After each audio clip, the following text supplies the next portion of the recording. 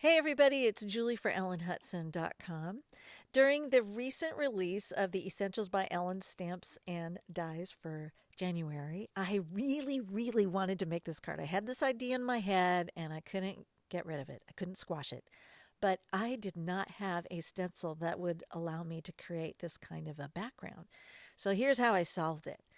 I'm going to take a quarter sheet of Neenah Solar White and I lined it up so that I had a thick grid line there on the sticky mat that goes through the center. And then I used the Creative Corners L ruler to help me get it positioned straightly and dead center there in that upper third of the quarter sheet. And then I'm going to use that grid before I pop it off the sticky mat to mark some half-inch marks from the center point. So I started at the center point and went half an inch on each side and just made half an inch apart tick marks. Then I found the center point of the sentiment, and then I'm going to go ahead and mark the sides there once I decided, okay, that's where I want to start making my half-inch marks. And then all of those pencil marks there on the sides are half an inch apart. And this is going to give me the foundation for creating my own sun rays.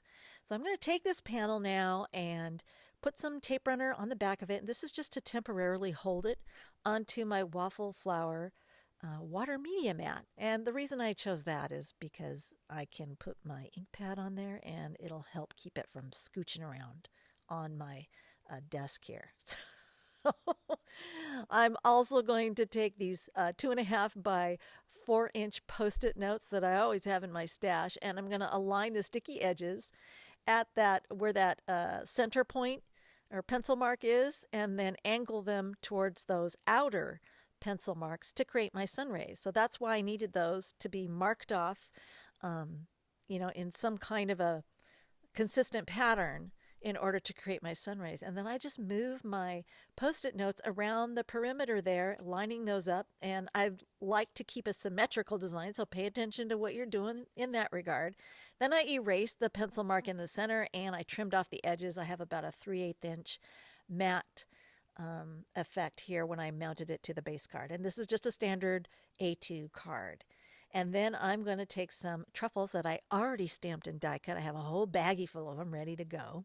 Put some 3D foam tape on the back. And then to make it look like these little sparkly hearts are exploding outward or radiating outward along the sun rays, I'm just going to use the Barely Art glue with that little fine tip nozzle and the Marvia Cheetah jewel picker tool to lift them up and then get them glued down. So I kind of spread them all out where I wanted them, and then I'm just going to come along and glue them down exactly where I need them. And there you can see the original on the left and the recreation on the right. Super fun, and I hope if you ever need a sunray stencil and you don't have one, this gives you an out for that, an easy out.